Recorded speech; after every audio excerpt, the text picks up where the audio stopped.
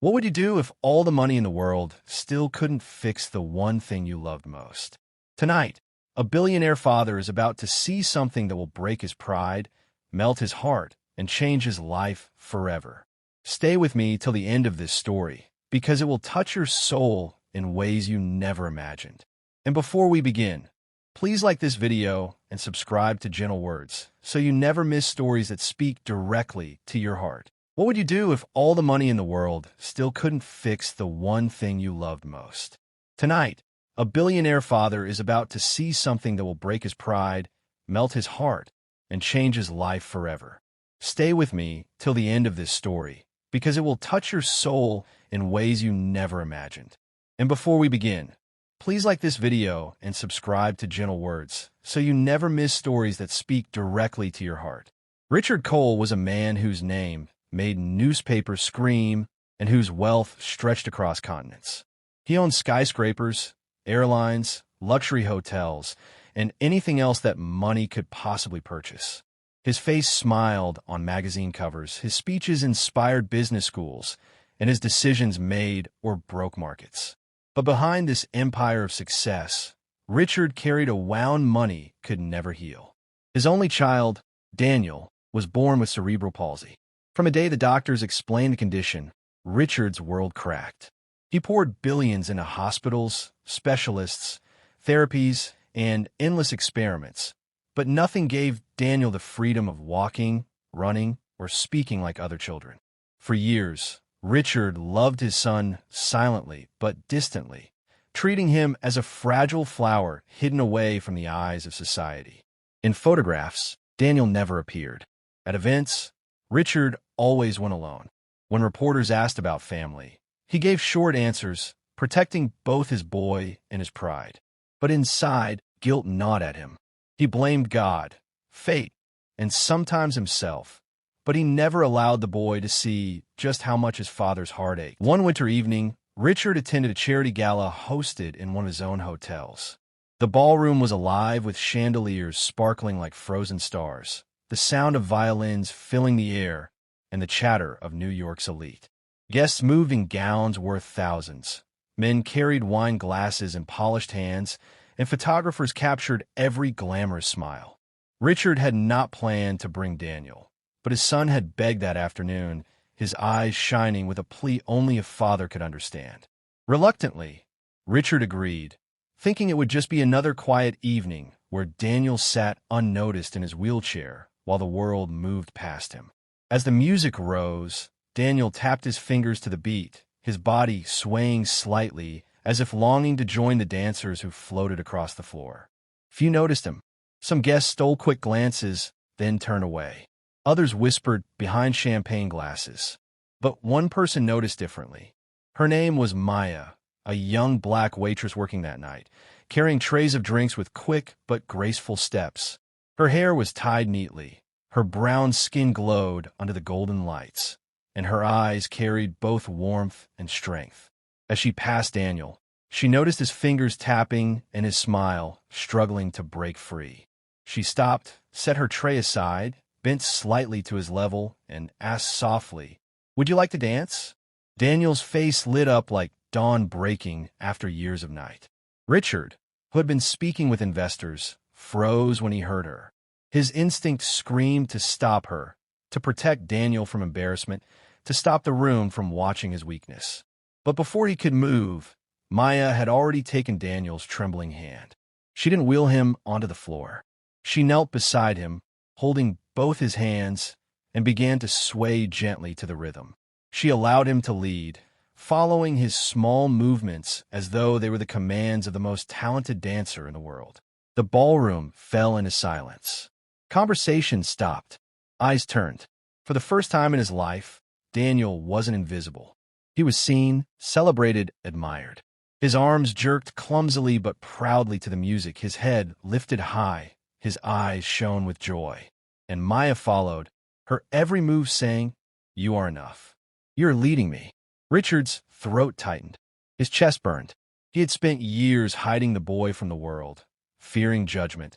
But now he saw something else. He saw a leader, a star, a soul shining brighter than any diamond he had ever purchased. He had thought of Daniel as incomplete, but it was Richard who was broken. Tears rolled down his face in front of hundreds of people, and for once, he did not wipe them away. He let the world see his vulnerability. When the music ended, the entire room erupted into applause.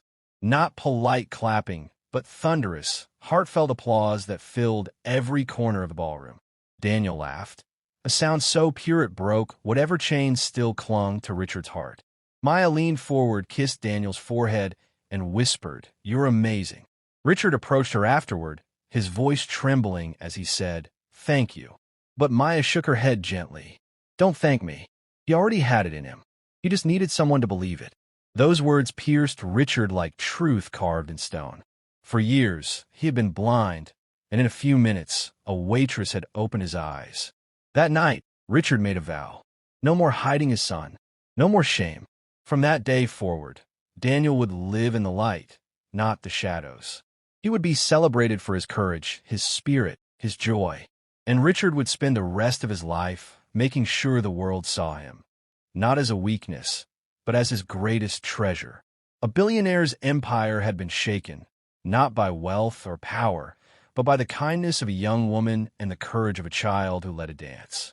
And dear viewers, if this story touched your heart, if it reminded you of the morning after the gala, Richard Cole awoke not to the buzzing of business calls or the endless vibration of stock market updates, but to the echo of applause still ringing in his ears and the image of his son's radiant face leading that dance.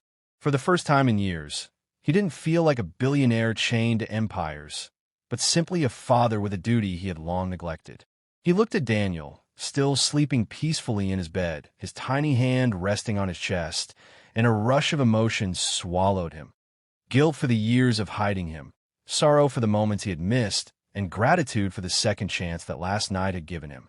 Richard had always thought money was his greatest power, but now he realized love was the only wealth that mattered.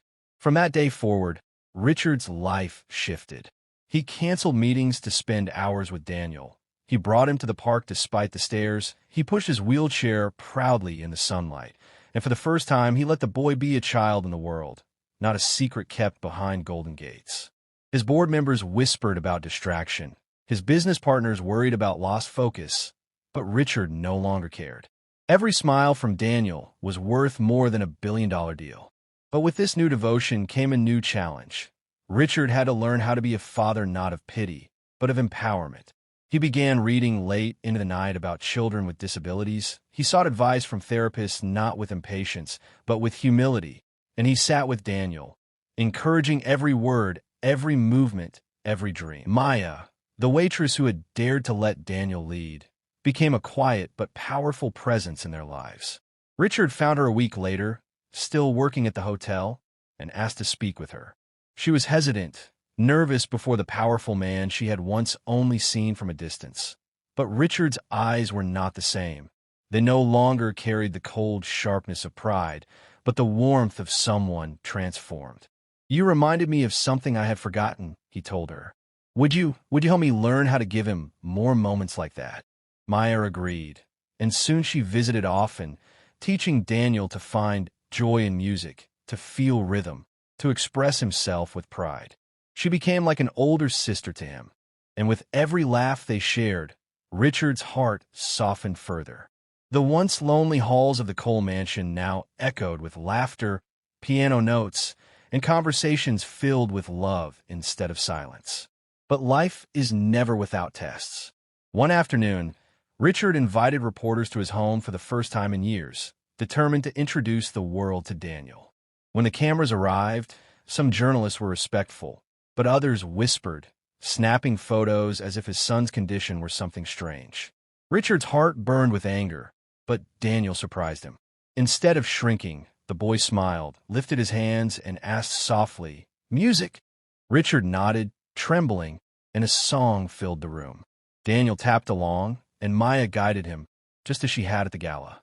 The cameras captured it, and soon, the video spread across the world. People didn't see a billionaire's disabled child. They saw courage. They saw love. They saw a father's pride shining brighter than his fortune.